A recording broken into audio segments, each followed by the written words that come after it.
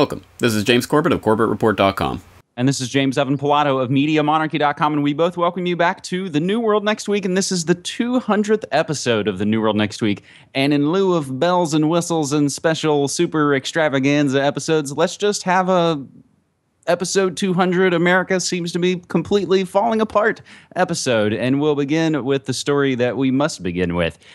Activists say outside agitators to blame for Ferguson violence. As darkness fell on Ferguson, Missouri, the crowd of several hundred people protesting the fatal police shooting of an unarmed black teen quickly and radically changed. The crowd shrunk as many of the older people slipped away. Protest hymns were replaced by shouts of angry teens who marched against a cordon of heavily armed police blocking the street. By the end of another night of violence, dozens had been arrested, marking the latest outbreak of rancor in the St. Louis suburb, where calls for peaceful protests have been overshadowed by episodes of looting, arson, and clashes with police over the last now 10-plus days.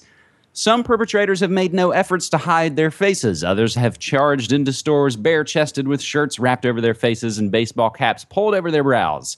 Civil rights leaders and police, at odds over much of what has occurred in this small, mostly black St. Louis suburb, they all agree on at least one hypothesis. Many of the perpetrators are not local residents. At times, the most violent element hide in the alleys, emerging to throw rocks or bottles before disappearing again, others caught and taken into custody. After this past Monday's violence, 56 were arrested overnight, most on a charge of failure to disperse, as the curfew kicked in. This, according to St. Louis County Justice Services Center. It said 15 were from outside Missouri, but some of the most serious charges came from folks that were local. Since a white police officer killed an unarmed black teenager, Michael Brown, on August 9th, police have struggled to contain outbursts of violence even as highway patrol officers and National Guard troops have been deployed. Quote, I've said that many a criminal element that have been coming through Ferguson are not from this area. Tonight, some of those arrested came from as far away as New York and California, end quote. State Highway Patrol Captain Ron Johnson told a news conference following Monday's protests.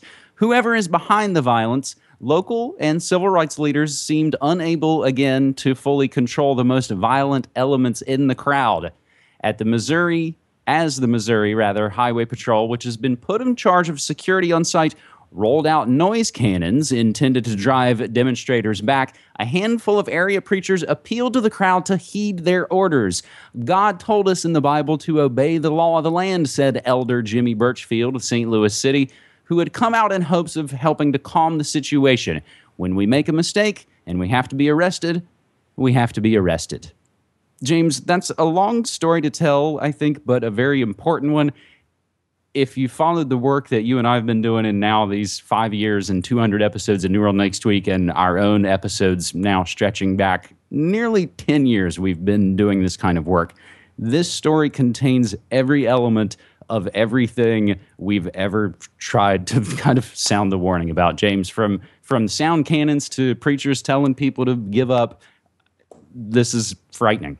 It really is, and as you say, this is the culmination of so many different stories that we've covered over the years. People have to understand this is just one data point in a much, much bigger picture that goes back. I mean, we can go back at least to the Battle of Seattle and the Black Bloc being brought in and harbored there as a way of disrupting what was going on there and giving the police an excuse to crack down. And we've seen that exact same strategy used time and time again at protests in Canada, in London, in Pittsburgh at the G20, in Toronto at the G20, again and again and again.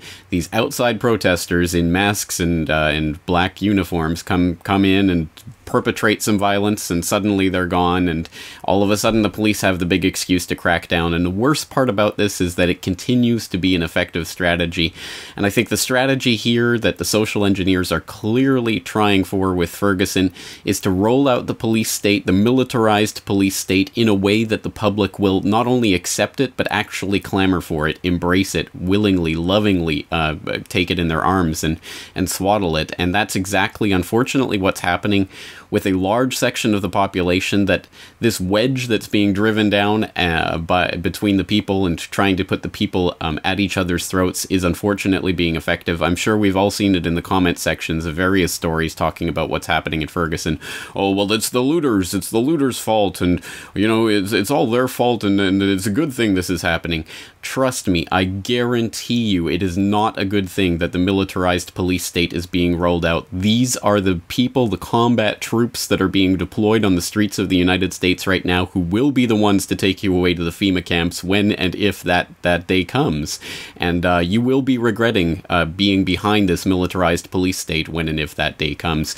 Whatever problems exist between people at the bottom of this pyramid is nothing compared to the problems that exist between all of us at the bottom and those very few at the top of the pyramid. And we have to keep our eye on that struggle and stop being divided against each other in these petty power politics games for scraps from the master's table. There's a much, much bigger game that's going on here, and the billions of dollars that the DHS has been providing to militarized police departments throughout the country for the last decade at least is coming to fruition here. They're rolling it out. This is PR for the police state, and we have to resist it and keep our eyes on what the real situation is and stop fighting with each other.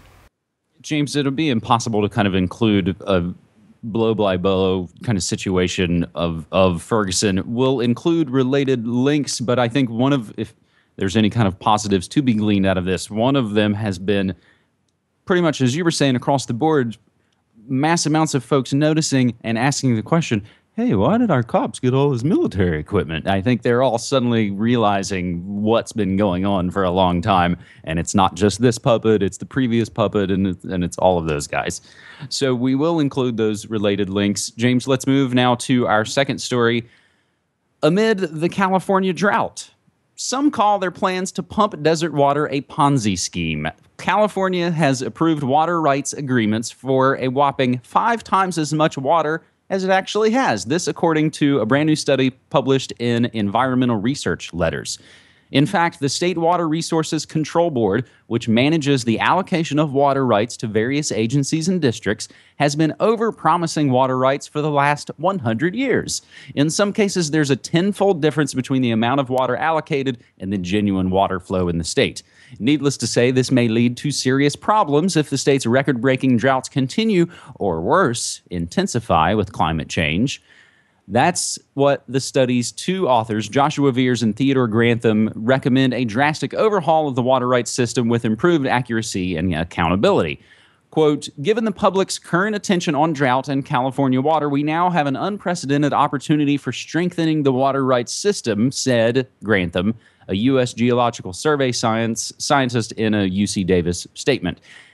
The other writer, Joshua Veers, a professor at UC Merced, says it gives the public a false sense of water security. It's like standing in line to get into a concert and they give you a ticket when they're already at capacity, but you don't know that you'll never actually get in to see the show. It's also kind of like a Ponzi scheme, James. Only in place of imaginary money, you have inflated amounts of the most fundamental ingredient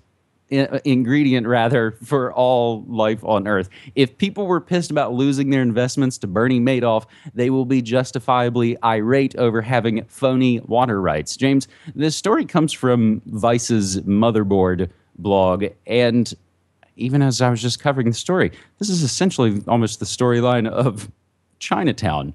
But leaving that aside, this water war, as well, the related story that we see going on in Detroit, James, is another situation of something that's been warned about, that's been seen, and in this case you can see has been going on for 100 years, but has now only finally reached the front page. James. It is now reaching the front page, but I think this is a worrying sign of a larger trend that's developing, and one that's been noted by people like Dr. Tim Ball, who I had on the program, I believe 2 years ago now, to talk about this. He's written several articles. I'll link one up in the show notes. Water is replacing climate as the next false UN environmental resource scare, talking about this idea of peak water that's being seeded into the population right now. And we're seeing how this plays out economically, because of course this is big business for certain players, including of course the states that get to assign water rights to companies. They can sell out, like derivatives, hundreds of times of what they actually don't have, and this is being propagated on a scare that is taking place right now about water, drinkable, usable water, that is being promulgated by the same UNEP that was responsible, the United Nations Environment Program, that was responsible for Agenda 21, that was responsible for the IPCC, that is responsible for the current International Decade for Action, Water for Life, which you probably didn't know was going on, but is going on from 2005 to 2015. It's again part of a much bigger agenda that's happening, and unfortunately this is going to be one of the ways that they try to continue the never-ending environmental scare that is always used to try to monopolize resources and drive up the value of those resources for economic interests, and not yours or my economic interests, the economic interests of the people who control those resources. So again, this is just another small part of a bigger worrying trend, and that's not to say that droughts don't happen, but of course droughts are always happening in different parts of the ecosystem, and that's why it's called a water cycle, because the water doesn't disappear, it goes from one area to another. And so I'll invite you to take a look at that link where he talks more about the scientific basis of this, but I think again we have to have our thinking caps on and be very wary of who gets to control our water resources and how we pay for them, because ultimately this is going to be an increasingly important issue for the coming years. So I just kind of mentioned what's going on in Detroit, but basically their water and sewage department has been turning off utilities for delinquent or overdue accounts since early on this year. This shutoff campaign has actually garnered international press attention and has been called a, quote, affront to human rights by who, James?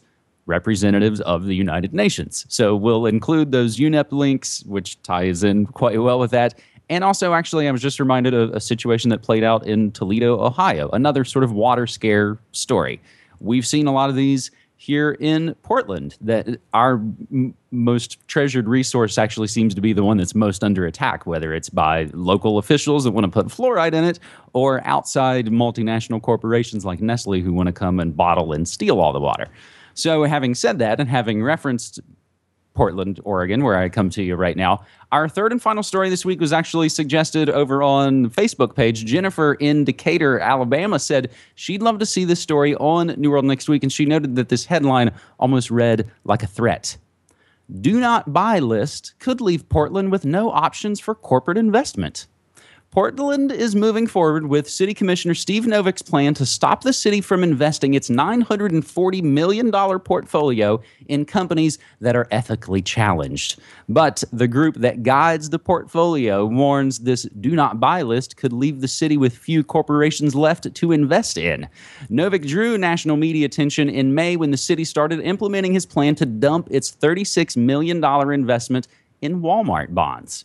Last week, the City Council took the step toward creating a do-not-buy list based on how companies treat their employees, the environment, and public health. The City Council on August 6th approved recommendations from a group studying how to start socially responsible investing. The plan has alarmed the city's Investment Advisory Committee, the IAC, which guides the city's portfolio. In May, they wrote a letter saying that this list could grow so long, a list of bad companies could grow so large, it would leave the city with no options for corporate investment, saying, quote, in this letter, May 23rd, scoring may prove to be difficult as companies may align well with certain principles but not with others. For example, Walmart has an excellent environmental record but a poor record with respect to labor and business practices. As such, the do not buy list might possibly include the city's entire list of eligible insurers. They also warned this could be a ripple effect and could also affect Portland government. If the city's bottom line is reduced to reduced portfolio earnings, the services the public may need to be services to the public may need to be reduced. The public might feel that this is a good thing in the beginning, but when their services start to be affected, it may cause great discontent and anger within the city. Novick says he's going to go forward with a plan, but be careful about how big the list gets. And he says we're not going to put every company on the do not buy list, noting Coke is by definition damaging to human health, but I would not suggest putting them on the list unless I saw evidence that they violated other criteria. So that's a funny note. It's like, no, Coke's actual product is damaging, but that's what they do. So it's cool. James, this is a city here, Portland, Oregon, whose lifeblood is pumped by Nike, Microsoft, Intel, Columbia Sportswear, and a ton of other big-time multinational slave labor BS corporations. So the IEC actually makes a really interesting point, though maybe not the way in which they intended. And I would just put out to folks there, and we had this conversation at home, our city invests millions of dollars in Wal-Mart. Interesting bit of homework for folks out there might be to find out what their city is investing in and maybe contact their own city council. James? This is such an important issue, and there's a couple of points to be made. One, yes, this is just a transparent threat, isn't it? Well, you might think it's okay at first if we just cut down on resource and on investments a little bit, but then you won't like it when we cut down on your services, will you? You won't like it when we turn off the spigot and stop providing you with transportation, right? I don't know who I'm trying to parody there, but it's just ridiculous on its face. And the second part is, I mean, how sad an indictment of our society is it that the only profitable ventures that people can invest in are companies that in some way or another are raping some underprivileged group somewhere in the world. I mean, that's pretty much what we're reduced to.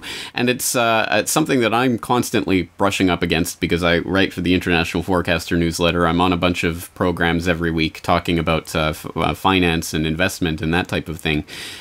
It's always been my stance. It's pretty easy to make money if that's all you're interested in. Just go invest in the military-industrial complex or one of these big multinational slave labor companies. Hey, you'll make money hand over fist. I have no doubt about it. But that shouldn't really be the point, should it? And we have to find other ways to build up local economies. Can you imagine if the city of Portland invested in local businesses rather than big multinationals? I mean, that could actually change the nature of the city itself so that it becomes more of a self-sufficient community. But that's, I'm sure, not something that's even on the radar of these people who, again, I think are just threatening what could happen if you make us start divesting ourselves of these bad investments.